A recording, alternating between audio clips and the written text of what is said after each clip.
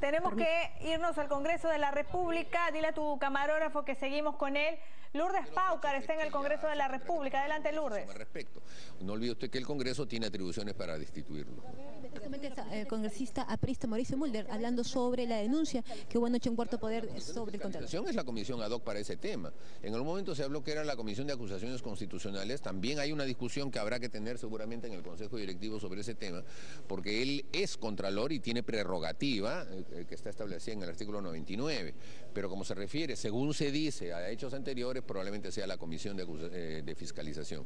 Eso ya lo tendrá que dilucidar el Consejo Directivo.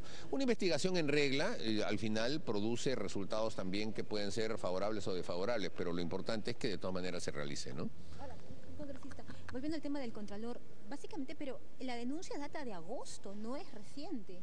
Y la persona denunciante solicitó que fuera la Comisión de Fiscalización la que viera este tema, y sin embargo no se hizo. Se pasó a acusaciones constitucionales. Habría que ver a quién le avisó, a quién le dijo, cómo se supo, cómo es que lo dio a conocer, quién es el responsable de esos temas para ver por qué no se procesó o por qué se desechó. Todos esos temas todavía están justamente para investigarse.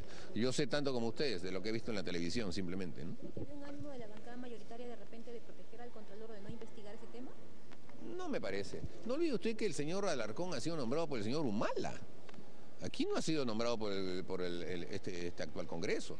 Fue en la época del señor Humala que se lo nombró. O sea que, al contrario, podría pensarse de que más bien debiera haber una situación de confrontación allí. Así que yo creo que en eso no veo una mano política que provenga del Parlamento. Lo que sí veo es una mano política que viene del gobierno, que ahora está aireando este tipo de temas, que parece haberlos tenido guardados a cambio de que el Contralor emitiera un informe favorable. Esa es la pregunta. Si el informe del Contralor no hubiese sido lo dilapidario que fue, ¿habrían salido este tipo de temas? ¿Quién tenía estas cosas guardadas? ¿Por qué estas cosas salen justamente después de ese informe? Eso es lo interesante también preguntarse, ¿no? Claro, castiga y desacreditar su informe, evidentemente.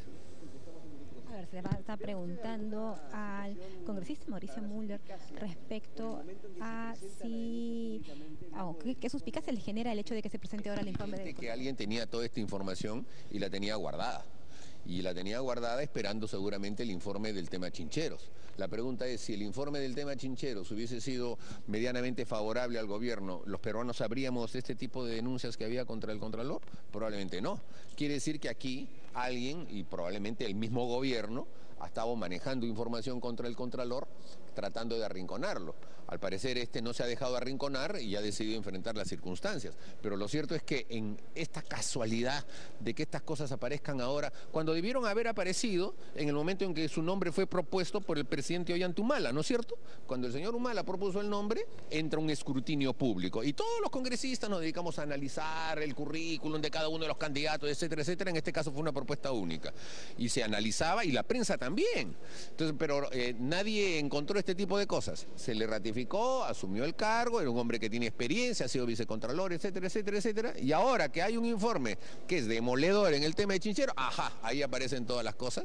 Entonces, sin desmerecer el análisis de los hechos, que sin duda van a tener que entrar en un proceso de investigación en la Comisión de Fiscalización, tampoco es que hay casualidades así, de esas que se producen de la noche a la mañana en la política, ¿no? Por otro lado, congresista, también se dice que ha habido protección al Contralor de parte de la bancada mayoritaria. Yo no veo por qué. El Contralor ha sido nombrado por el Parlamento anterior y ha sido propuesto por el señor Ollanta Humala Tazo. O sea que vinculación con la actual composición de la política en nuestro país, muy poca. Ahora, considera... de cambiar de tema, acerca de Alejandro Toledo y estas últimas declaraciones que ha mencionado que va a denunciar a la empresa Odebrecht por $200 millones.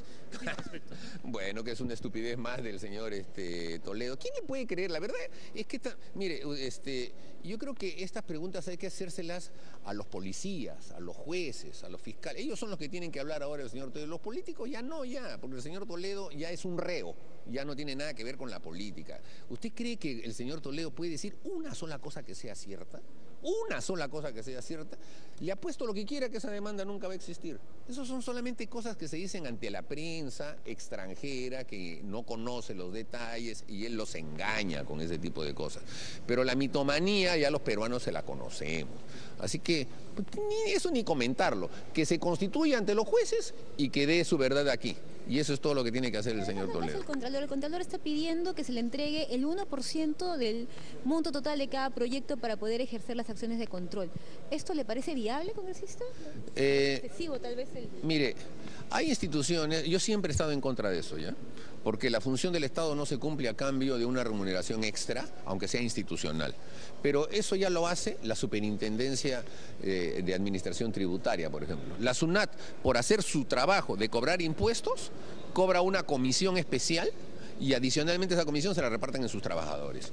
Por retener, por ejemplo, el pago del seguro social, que todos los trabajadores nos descuentan el seguro social, y por hacer ese trabajo la SUNAT también le cobra al seguro social.